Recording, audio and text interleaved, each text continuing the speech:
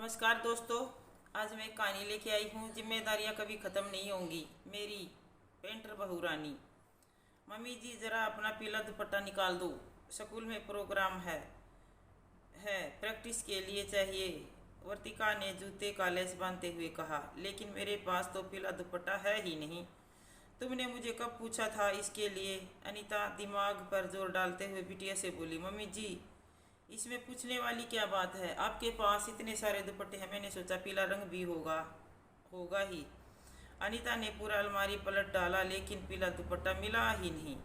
वर्तिका नाराज हो स्कूल चली गई। इसके जाने के बाद अनीता बिखरी हुई अलमारी लगा। जब किचन में आई तो देखा वर्तिका अपना लंच वही छोड़ गई है। वो सोचने लगी कि मैंने तो उसके बैग में लंच डाल दिया था। लगता है नाराज हो लंच छोड़ गई। चलो उसके पापा को बोलो कि ऑफिस आते वक्त उसके स्कूल लंच देते जाएंगे। अनीता, अगर वर्तिका ने बैग से लंच निकाल के रख दिया तो उसे आज भूखे रहने दो। एक तो उसने तुम्हें पहले से बताया नहीं, ऊपर से उल्टा गुस्सा भी दिखा रही है। तुम्हें क्या लगता है वो भूखी रह जाएगी? उसकी फ्रेंड्स उसे खिलाएंगी नहीं? नीरज नाराज होते हुए बोले। फिर भी अनीता ने उसे मनुहार कर वर्तिका का टिफिन भिजवा दिया। वो जब सासू माँ के लिए नाश्ता लेकर पहुँची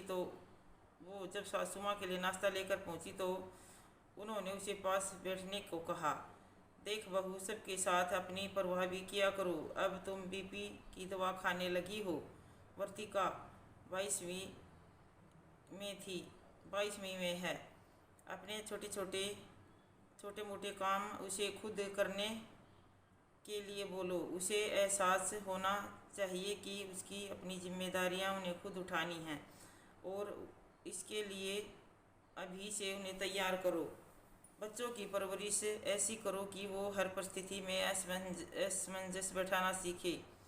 कल होकर उनको किसी और के साथ अपनी ज़िंदगी जोड़नी है तो उसके लिए उनको तैयार रहना चाहिए। माँ जी, वर्तिका भी छोटी है, समय आने पर समझ जाएगी। यह बोल अनीता नाश्ते का प्लेट उठा मुस्कुराते हुए चल दी। लेकिन उसकी सास का अनुभव अनीता की इस सोच को मानने को तैयार नहीं था। एक दिन सुबह ही हड़बड़ी में अनीता ने गीले फर्श पर ध्यान नहीं दिया और फिसल गई।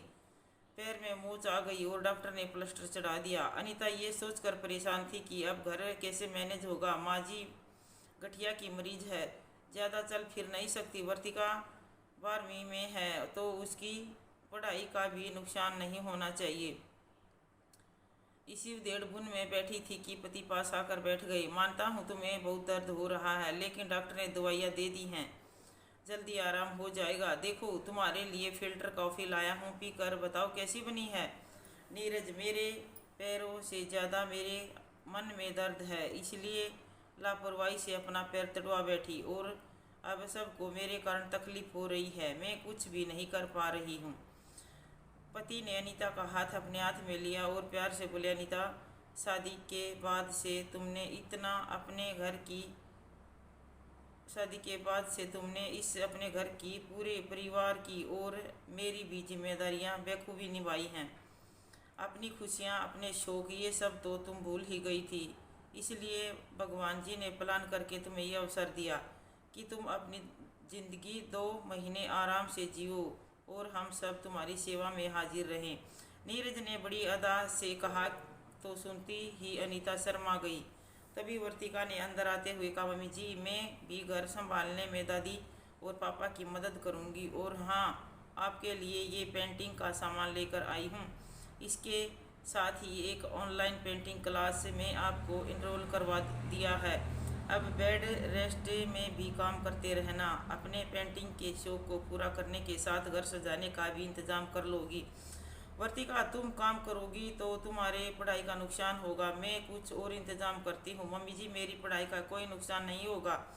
जितना समय मैं सोशल मीडिया पर बिताती हूँ उसको छोड़कर मैं साथ थोड़ा हाथ बटा दूँगी।